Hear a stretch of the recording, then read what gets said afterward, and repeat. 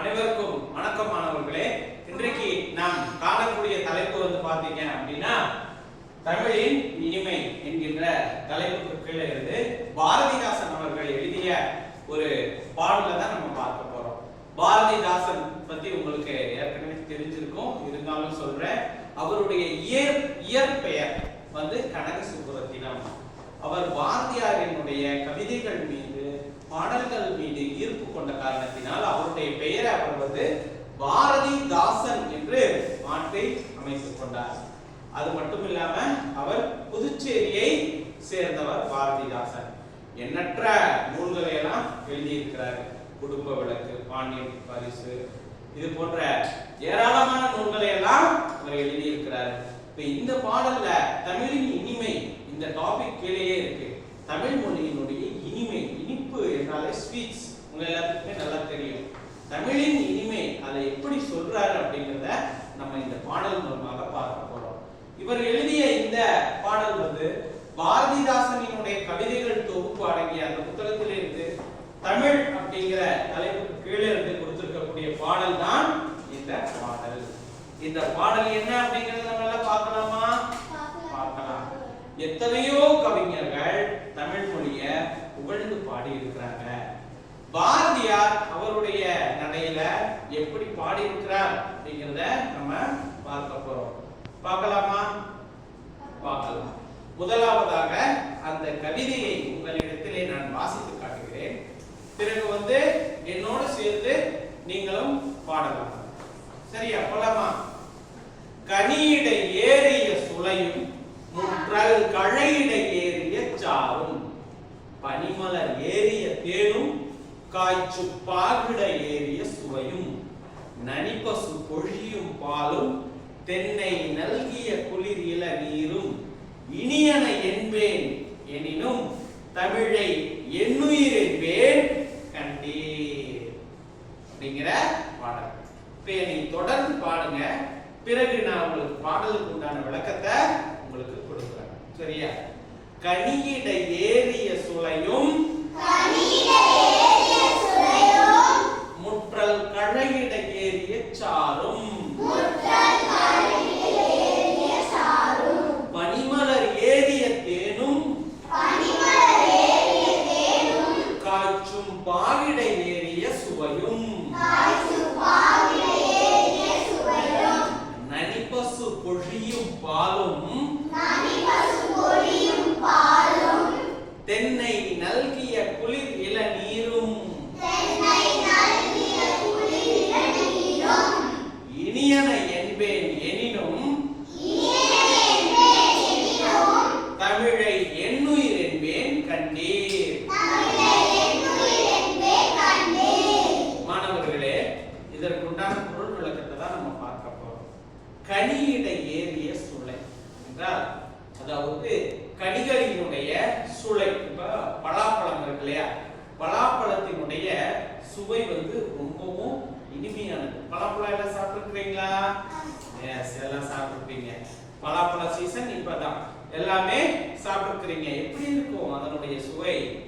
இனிப்பாக இருக்கும். கனியிட ஏறிய சுளையும் முற்றல் கழையிட ஏறிய சாரும். கழை என்றால் பாத்தீங்க அப்படின்னா கரும்பு என்று பொருள். கழை என்றால் கரும்பு. முற்றிய கரும்பினுடைய சாறு, ஜூஸ், கரும்பு ஜூஸ். சரியா? அந்த கரும்பினுடைய சாறு எதெல்லாம் இனிமையானதுன்னு சொல்றாங்க பாருங்க.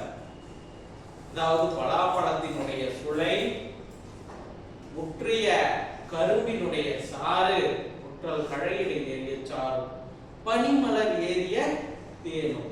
அதாவது மலரிலிருந்து தேன், அதாவது தேனி எடுக்குது இல்லையா? தேன் எங்க இருந்து எடுக்குது? இந்த மலர் அந்த பூவில் இருந்து எடுக்குது. அந்த பூ தருகின்ற அந்த தேனும் பனிமலர் ஏறிய தேனும் காய்ச்சும் பாகிட ஏறிய சுவையும். காய்ச்சிய பாகு. நம்ம எத்தனையோ இனிப்பு வகைகளை வீட்டுல செய்வோம், கடையில இருந்து வாங்குறோம். பாகு காய்ச்சி ஊத்துவாங்க அப்படின்னு சொல்லுவாங்க. அந்த பாகு காய்ச்சி ஊத்துனாதான் இது மேலும் என்னது சுவை உண்டதாக இருக்கும். அப்படி காய்ச்சிய பாகும் பனிமலர் ஏறிய தேனும் காய்ச்சும் பாகிடை ஏறிய சுவையும் நனி பசு பொழியும் பால். சரியா? நனி என்றால் மிகுதி என்று பொருள். மிகுதியான பசுக்கள் தரக்கூடிய அந்த சத்தான பால். நனி பசு பொழியும் பாலும் தென்னை நல்கிய குளிர் இளநீர். தென்னை மரத்திலிருந்து எடுக்கக்கூடிய அந்த குளிர்ந்த இளநீர். இளநீர் எதுக்காக சாப்பிடுவாங்க? நமக்கு குளிர்ச்சிக்காக வேண்டி சாப்பிடுவாங்க. அந்த குளிர்ந்த இளநீரும், அதாவது தென்னை நல்கிய குளிர் இளநீரும் இனியன என்பேன். இது எல்லாத்தையும் இனிமையானது என்று சொல்வேன். எனினும் ஆனாலும், இதெல்லாம் இனிமையானதுதான், ஆனாலும் தமிழை என்னுயிர் என்பேன் கடல். இது எல்லாத்தையுமே விட இனிமையானது என்னுடைய தமிழ் மொழி. அது என்னுடைய உயிர் போன்ற ஒரு மொழி என்று சொல்லுகிறார் பாரதிதாசன். மாணவர்களை புரிந்ததா? இதெல்லாம் சுவைன்னு சொல்றாங்க. பலாப்பழத்தினுடைய சுவை, ஒற்றைய கரும்பு சாறு, தேன், காய்ச்சிய பாகு, பசு தருகின்ற பால், இளநீர், இவையெல்லாம் இனிமையானதுன்னு சொல்றாரு. சரியா? இவையெல்லாம் இனிமையானது. இதை விட இனிமையானது என்னன்னு கேட்டீங்கன்னா, அது என்னுடைய தாய்மொழியாகிய தமிழ் மொழி தான் இனிமையான மொழி என்பதையும் சொல்றாரு. அது மட்டுமல்லாம, எனக்கு உயிர், என் உயிருக்கு நிகரானது அப்படின்னு நம்ம யாருமே சொல்ல மாட்டோம், எந்த பொருளையுமே சொல்ல மாட்டோம். ஆனா பாரதிதாசன் என்ன சொல்லி இருக்கிறாரு? என்னுடைய உயிருக்கு நிகரானது என்னுடைய தாய்மொழி என்று சொல்லி இருக்கிறார். பாரதிதாசன் எப்படி மொழியை தன்னுடைய உயிரோடு ஒப்பிட்டிருக்கிறாரோ, அது போல நம்ம எல்லார்கிட்டையும் மொழி பற்று, மொழி வெறி இருக்கக்கூடாது. மொழி பற்று என்பது அவசியமான ஒன்று.